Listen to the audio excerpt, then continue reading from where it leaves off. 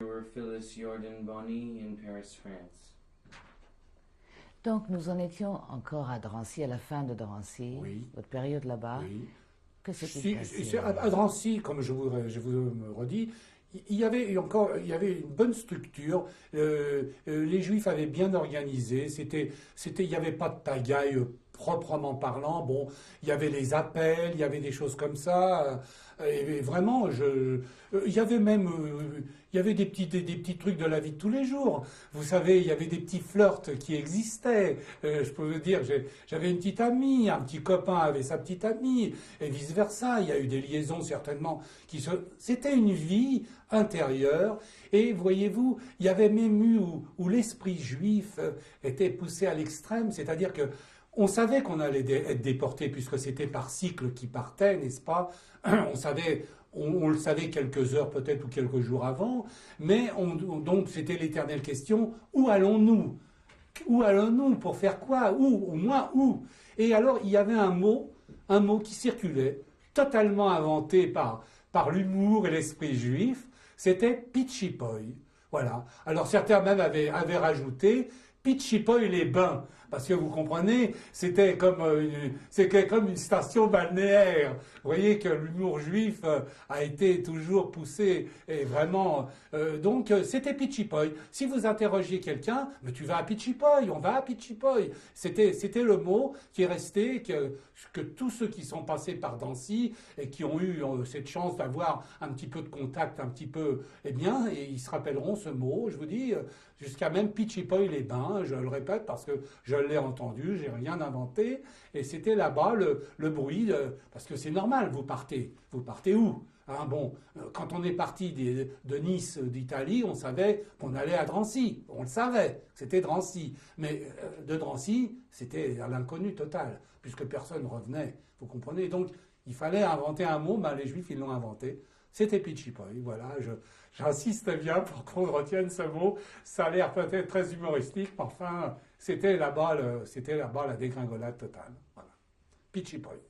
Voilà ce que le mot c'était l'arrivée à Pitchipoy. Et là, c'était pas quand nous sommes partis de Drancy. Je peux vous parler déjà de ma déportation. Oui, tout à fait. Donc la déportation, donc on vous a dit. Moi, je me rappelle pas si c'était quelques jours ou quelques heures avant. Bref, c'était un matin, des autobus rebolotes sont venus nous chercher, conduits par des Français.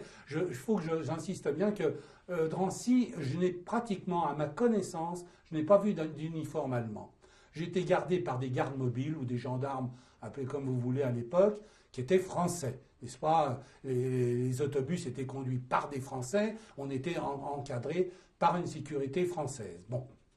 Donc ces autobus sont arrivés, les familles n'étaient pas du tout déconnectées, nous restions ensemble, on vous faisait monter au fur et à mesure avec un petit colis que vous aviez le droit d'emmener, mais vous savez on n'avait pas grand-chose, il y avait une petite valise, un petit baluchon, etc. Bon, et nous montions donc dans ces autobus, c'était un matin, assez tôt, si mes souvenirs sont exacts, et nous sommes arrivés dans cette gare de la Courneuve, c'était pas loin de là, et nous sommes Bobigny ou quelque chose comme ça, c'était la gare de Drancy, donc le trajet en autobus était très rapide, et où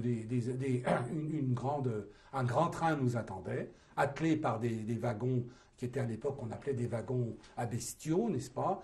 Et on vous faisait rentrer dedans, et des fois ça se passait pas tellement bien, parce qu'il y avait des personnes âgées, il y avait des enfants, on loupait de rentrer, on pouvait tomber, et tout ça, c'était un petit peu... Et là, il y avait peut-être déjà de l'encadrement allemand. Là, je crois qu'il y avait déjà des Allemands qui étaient là, mélangés avec des uniformes ou civils, ou des gens qui étaient là. Souvenez-vous de la date? Eh bien, c'était le 7 décembre 1943, puisque c'est la date où j'ai été déporté. Vous aviez donc... Décembre 43, je suis né en 31, donc en janvier 1944. Donc j'ai été déporté en 1943, le 7 décembre. En janvier 44, j'ai eu mes 14 ans. J'ai eu mes 13 ans, excusez-moi. J'ai eu mes 13 ans. Donc je n'avais pas 13 ans quand j'ai été déporté. Donc quand je suis rentré dans le wagon, il y avait bien sûr des cris, toujours les cris des enfants, des petits, maman, papa, etc. Et j'étais avec un petit jeune Allemand qui lui aussi avait fui les persécutions et qui se retrouvait aussi par un truchement de destinée qui se trouvait avec moi. Il y avait donc mon père, il y avait ma mère, non, il n'y avait pas ma mère, il y avait mon père, il y avait mon frère, ma sœur et moi. Notre famille qui était restée ensemble. Et bon, j'avais mes petits copains qui faisaient partie du même convoi. Et là, j'entendais crier papa, maman, on entendait. Pourquoi? Parce que, bien sûr, il y avait un chamboulement, il y avait des fois peut-être même des coups qui tombaient quand il fallait monter assez vite. Et certaines personnes, vous savez, c'était un déchirement, etc. Bon, il fallait trouver le minimum de confort pour s'installer. Donc, vous pouviez vous faire un peu écraser, bousculer. Vous savez, hein, c'est comme ça. Et alors, je m'en rappelle, vous voyez, c'est des choses qui me reviennent. Ce petit garçon et moi, on ne pleurait pas. J'appelais plus papa, maman. Alors il me dit, mais pourquoi, regarde, nous on est mal, on est coincé, on est appuyé, et puis nous, pourquoi? Il me dit, Henri, tu dis pas, nous on n'appelle plus papa, maman. Alors je lui dis, parce que peut-être que maintenant, on a passé l'âge adulte, on est rentré dans l'âge adulte, et plus jamais, et là je ne croyais pas si bien dire, on dira plus papa et maman. Voilà. Et je crois que ça m'a resté, c'est les pleurs des enfants. Le reste, je ne vais pas dire j'ai oublié, mais l'anesthésie me revient toujours dans ce domaine j'ai vraiment une crispation quand j'entends les enfants qui pleuraient. Et pour moi, un enfant, c'est sacré. Je suis désolé.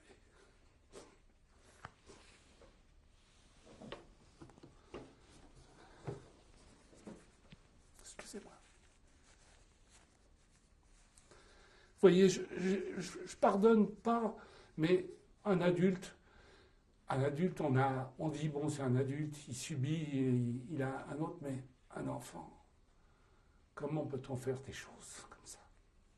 Comment peut-on approuver passivement ou activement à faire des choses envers les enfants? Et moi, je peux dire même qu'à l'époque, j'étais peut-être pas un enfant, mais quand je revois tous ces visages, 5 ans, 6 ans, des bébés, il y avait avec nous dans le train. C'est pour moi une crispation. Un bébé, il pleure, hein, c'est sa façon de s'exprimer. Mais là, il pleurait pas parce qu'il n'avait pas, c'est parce qu'il était bousculé, parce qu'il manquait totalement, il manquait de tout. Les petites filles avec les nattes, les petits garçons en culotte courte avec les cols marins. C'était dramatique. Pour moi, jusqu'à la tombe.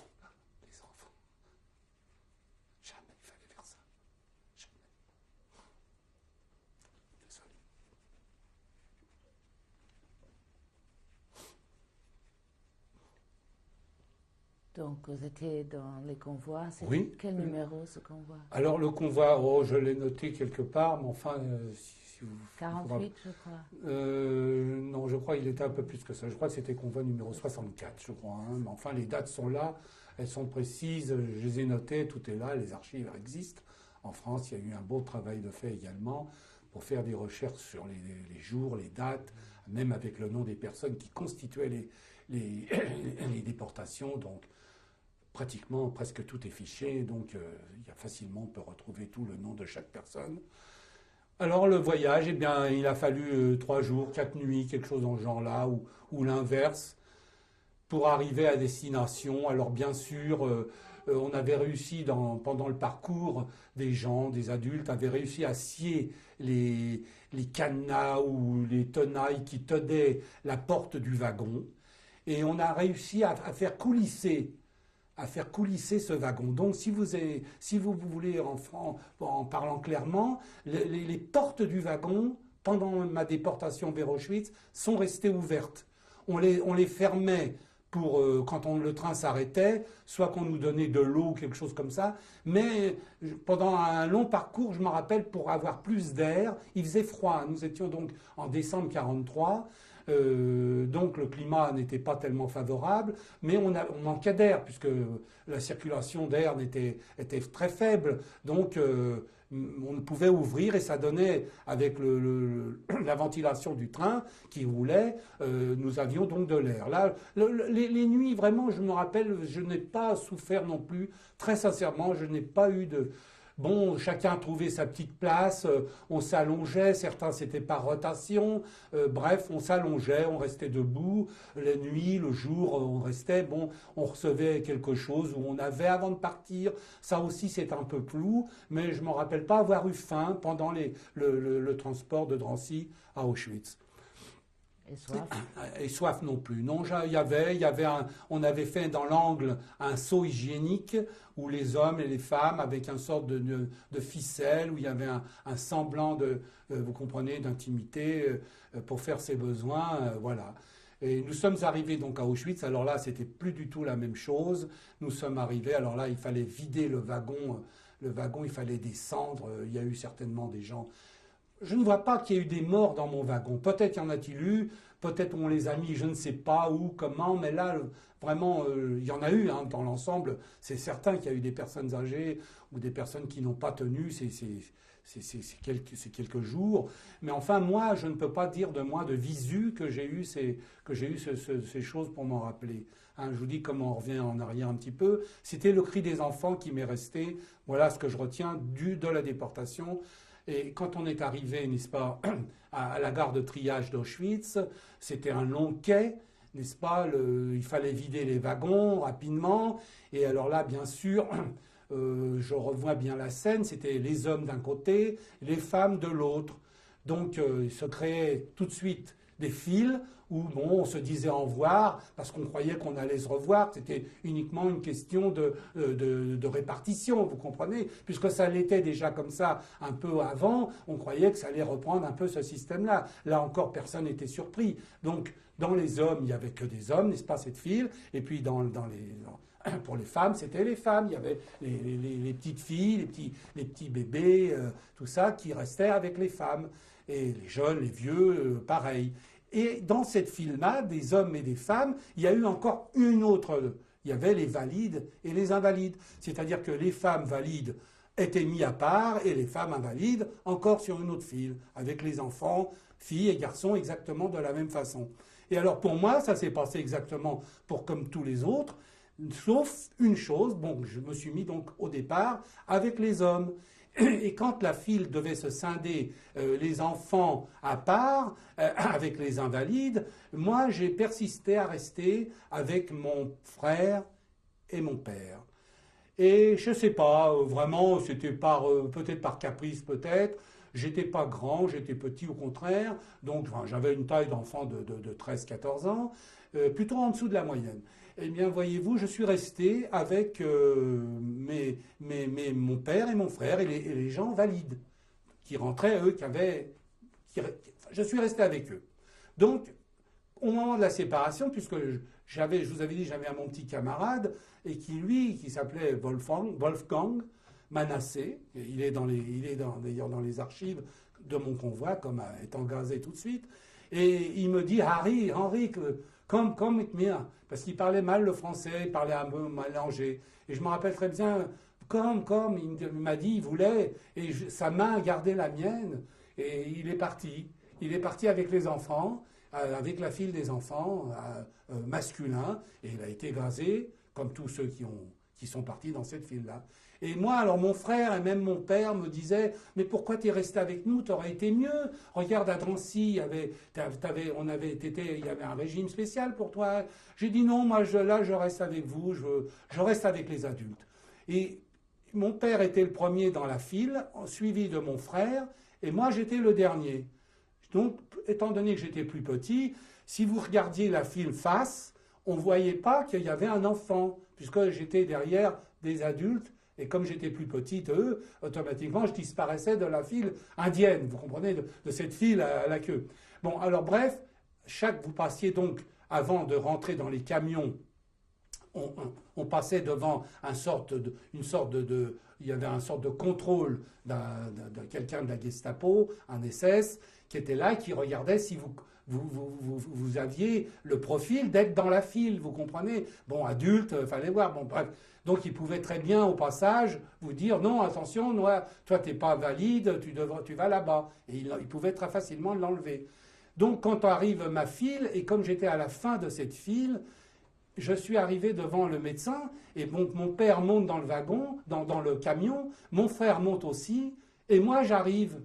Et j'arrive et il me voit, mais alors il a vu l'air étonné que j'étais là. Et alors il a dû dire, parce qu'il a parlé à l'oreille de quelqu'un, du fait comment ça se fait que je me trouve là, que quelqu'un ne m'avait pas détecté avant pour me mettre avec les enfants. Et il ne pouvait plus me mettre avec les enfants, parce que le camion qui emmenait les enfants était déjà parti, comme celui qui emmenait les femmes. Donc je suis resté avec les adultes, je suis monté dans le camion des adultes, et c'est là que j'ai fait mon entrée au camp de Monowitz, qui était à 7 km d'Auschwitz exactement, puisque Auschwitz c'était le camp principal, qui était réparti avec plusieurs numéros, 1, 2, 3, 4, 5, il y avait plusieurs camps, et moi je suis rentré comme ça dans le camp de Monowitz, qu'on appelait la Buna, où on travaillait pour Ligue Fargen Industrie, qui était une fabrique de pneus synthétiques, de caoutchouc synthétique,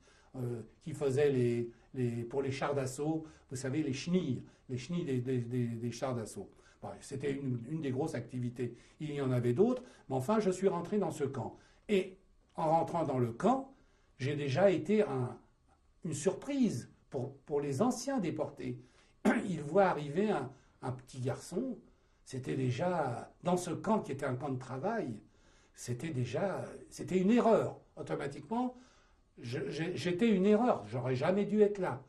Alors, c'était pas pour les nazis, pour ceux qui nous ont torturés, l'erreur pouvait être reprise. C'est-à-dire que, même que je suis rentré au camp de concentration, on pouvait très bien, du fait de mon affectation, qu'aurait été où, que ce que je pouvais produire, quelle aurait été la somme de travail que je pouvais faire, nul, zéro. Donc nul, zéro, c'était une sélection, à la première sélection, je pouvais être pris et mis avec les malades, les infirmes, qui avaient régulièrement les sélections, comme on appelait, dans le camp même, et être mis et être gazé, au lieu d'être gazé tout de suite, j'aurais pu être gazé, mettons, 3 semaines ou 1 mois après. Donc il y a eu, comme dans le camp, il y avait une certaine résistance, une certaine solidarité, qui jouait, elle était avec les mesures, les moyens qu'ils avaient.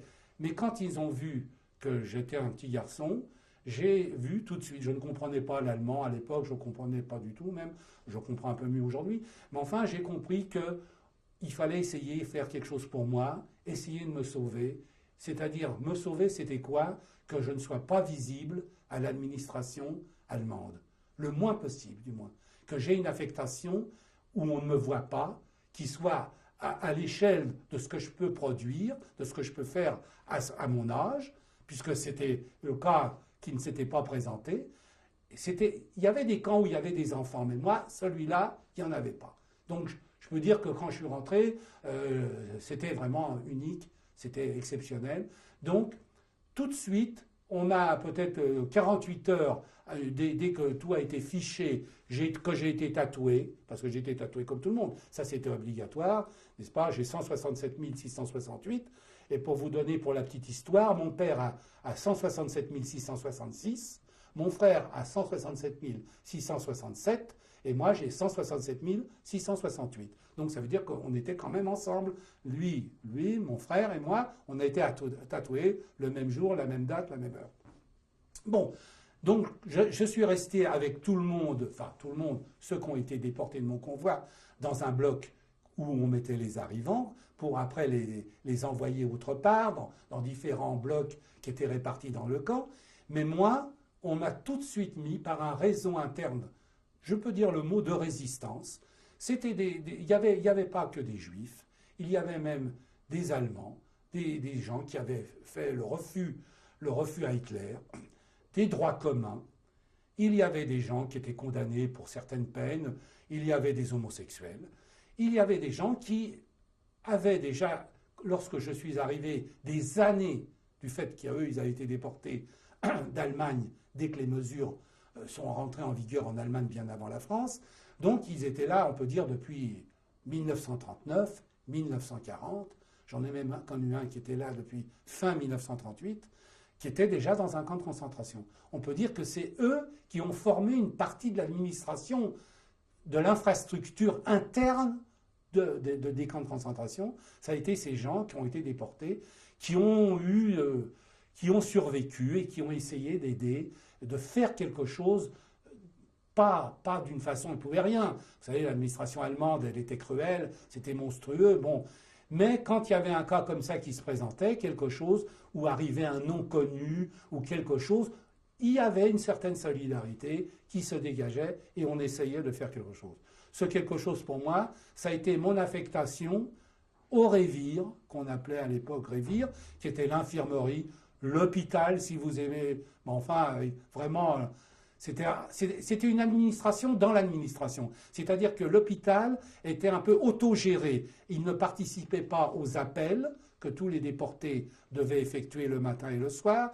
Il y avait un registre d'admission et qui n'était pas le même que celui de l'administration du camp proprement dit. Donc, on échappait un petit peu à cette rigueur de tout le monde, de la vie que malheureusement mon père, mon frère ont subi, etc. Donc, quand je suis rentré dans cette infirmerie, j'avais une hernie. Donc, j'avais une hernie et ça a été le prétexte pour me dire, tiens, comme ce gosse a une hernie, on va déjà essayer de l'opérer. On va donc prendre le processus de l'opération. Parce qu'il y avait des professeurs qui exerçaient leur métier dans ce Révire. Il y avait des médecins, pas tous des juifs, il y avait des Polonais, il y avait des Allemands, il y avait des chirurgiens. Ils effectuaient ce qu'ils pouvaient. Mais vous savez, il n'y avait ni les médicaments, ni tout ce qu'il faut pour essayer de guérir.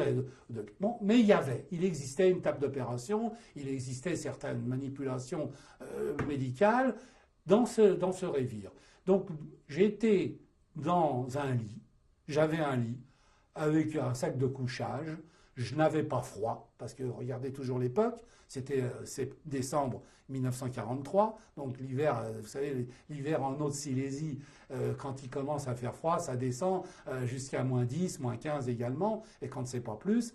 Donc, il y avait un chauffage dans le Révire, un chauffage assez agréable. Et on a essayé de m'opérer, c'est-à-dire, bon, on m'a préparé, etc. Et je me rappellerai toujours, c'est que lorsqu'on a voulu m'opérer, j'étais sur la table d'opération. Ça, je vous garantis que le chirurgien, qui était un Polonais, qui avait pas bonne réputation, vous savez, quand il m'a vu, je reprends parce que pour moi, ça doit être ça. Il a vu que même si l'opération d'une hernie c'était bénin, ça pouvait bien se passer, mais il y avait quand même quelque chose après l'opération. Il y avait des soins, il y a quand même un choc opératoire. Il n'y avait pas tout ça certainement qui aurait permis une bonne convalescence, si vous aimez mieux. Et il a refusé de faire l'opération, il a parlé en polonais, un mi-polonais avec certains, en allemand avec d'autres, et hop, et on m'a repris, on m'a reporté dans les bras, et on m'a remis dans le lit que je venais de quitter. Et certainement qu'il a dû être conseillé, ou c'est lui qui aurait donné une sorte de dire, on va essayer de le sauver quand même, c'est-à-dire de le faire intégrer dans le personnel de ce Révire, de cette infirmerie. Et ça a duré encore quelques semaines, et on m'a trouvé une sorte de place de coursier. C'était très fictif, hein, c'était pas du tout, on n'en avait pas besoin, mais ça a créé un poste pour mon âge, de dire voilà, si d'un bloc de l'autre côté du camp, on a besoin d'un papier ou quelque chose, eh bien on avait quelqu'un sous la main, polyvalent si vous aimez mieux, pour pouvoir effectuer ce travail. Et on a mis un petit brassard qui était marqué HKB. Ça voulait dire Häftlings Krankenbau. C'est-à-dire donc, Krankenbau, c'est l'infirmerie, l'hôpital. Häftling, des Häftlinge, c'était nous les internés de cette infirmerie. Ça me donnait donc un petit pouvoir que je pouvais me promener dans le camp. Ça voulait dire que j'avais une affectation, donc automatiquement, mais c'est pas pour ça que je sortais plus. Mais les semaines passant, ça y est, j'étais passé auparavant devant le médecin-major allemand, qui était un ami de ce chirurgien, et il lui a glissé un mot à l'oreille en lui disant, bon, bah, tu vas peut-être faire une exception, et l'autre, je suis passé, et puis je suis rentré dans les registres écrits, faisant partie de l'infirmerie, c'était fini, j'étais dans le camp à part entière avec mon affectation.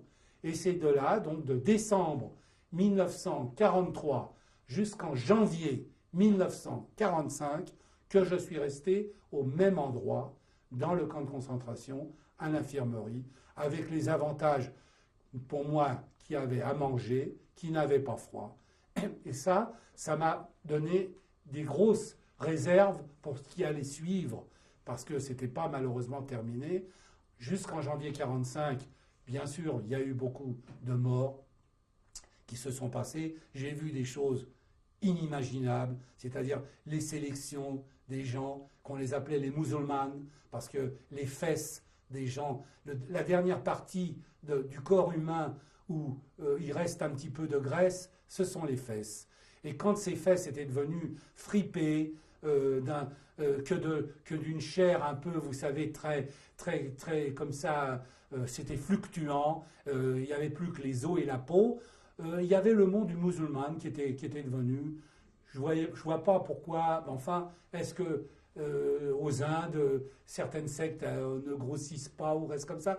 Est-ce que c'est ça? Je me suis toujours intéressé. C'est devenu le mot. Quand vous étiez musulman, il n'y avait aucune chance. C'est-à-dire où vous mouriez d'inanition totale, de malnutrition, d'un œdème ou quelque chose, vous étiez ramassé soit sur votre lieu de travail, soit si ça vous arrivait la nuit, n'importe où, et vous étiez mis dans une chambre de l'hôpital où je travaillais, qui était le semblant de morgue. Et puis un camion venait et emmenait ça à Auschwitz, où on brûlait. Parce que dans mon camp, à Bonowitz, on ne brûlait pas. C'était un camp de travail. Vous comprenez? On ne gazait pas, on ne brûlait pas. Si vous étiez là, vivant, vous travailliez. Mort, c'était terminé. Mais il y avait, pour tous ces gens qui arrivaient à un stade où ils vivaient encore, mais où ils ne pouvaient plus rien produire au point de vue travail, une sélection. C'est-à-dire que, tout nu, vous passiez devant un médecin-major de nouveau allemand, qui lui disait, oh ben là, celui-là, il ne peut plus rien faire, c'est terminé. Donc, il était fiché, il allait directement dans un camion qui était prévu tout de suite à cet effet.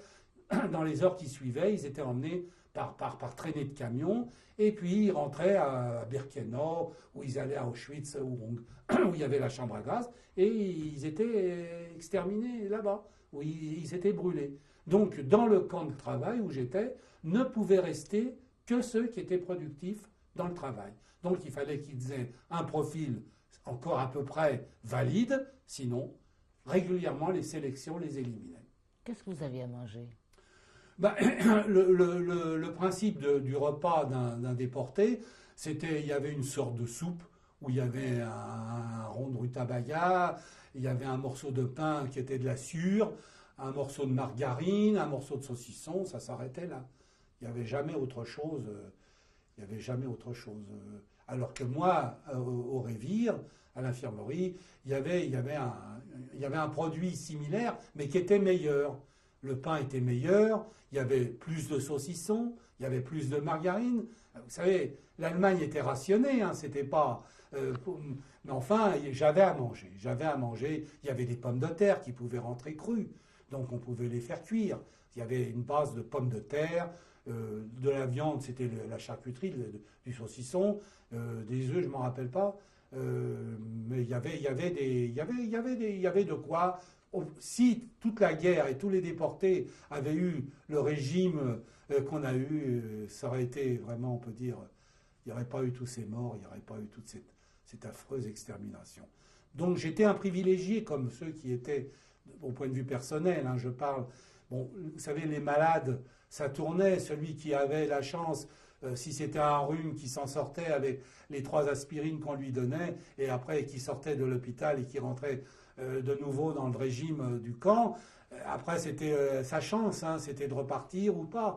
Mais celui qui rentrait avec une pleurésie à l'infirmerie, il était mort, on ne pouvait pas le soigner. Les antibiotiques de l'époque n'existaient pas, et il n'y en avait pas même. Donc on faisait des extractions de l'eau, des œdèmes, des pleurésies, par des grandes piqûres d'où l'eau sortait, où le pus sortait. C'était ça, vous comprenez, c'était que des choses comme ça je l'ai vu, c'était comme ça, j'ai pas participé, parce que c'était pas mon travail, mais enfin, comme je me promenais dans cette infirmerie, je voyais, j'avais pas ce pincement, j'avais pas cet écœurement. C'est drôle, je ressentais pas ça comme, C'était la première fois, j'étais pas du tout, j'étais pas induit pour être dans cette chose-là, mais ça me laissait froid, ça me laissait froid parce que je me disais, moi, toi, t'es bien, t'as une chance, il va falloir que tu survives. Et je peux dire que vraiment, je côtoyais la mort sans que celle-ci me fasse, vous voyez, un haut le cœur. Je savais, mais je sais pas, c'était pas à ce point-là. Vous voyez, j'ai été très ému au sujet des enfants, mais quand c'était un adulte, puisque là, j'avais plus accès, je voyais plus d'enfants, donc, vous voyez, je voyais que des hommes. Donc, c'est pas, ça me laissait indifférent. Mais vous comprenez, moi, j'étais bien. J'étais bien. Je le répète, donc, je voulais que ce bien continue. Et je savais que si je sautais le pas, si c'était à côté, c'était fini. C'était ça, ce que je voyais, ou c'était ce que je continuais à garder. Donc, vous voyez, je vous le dis aujourd'hui, même, je n'ai pas eu de ce haut le cœur que pourrait avoir.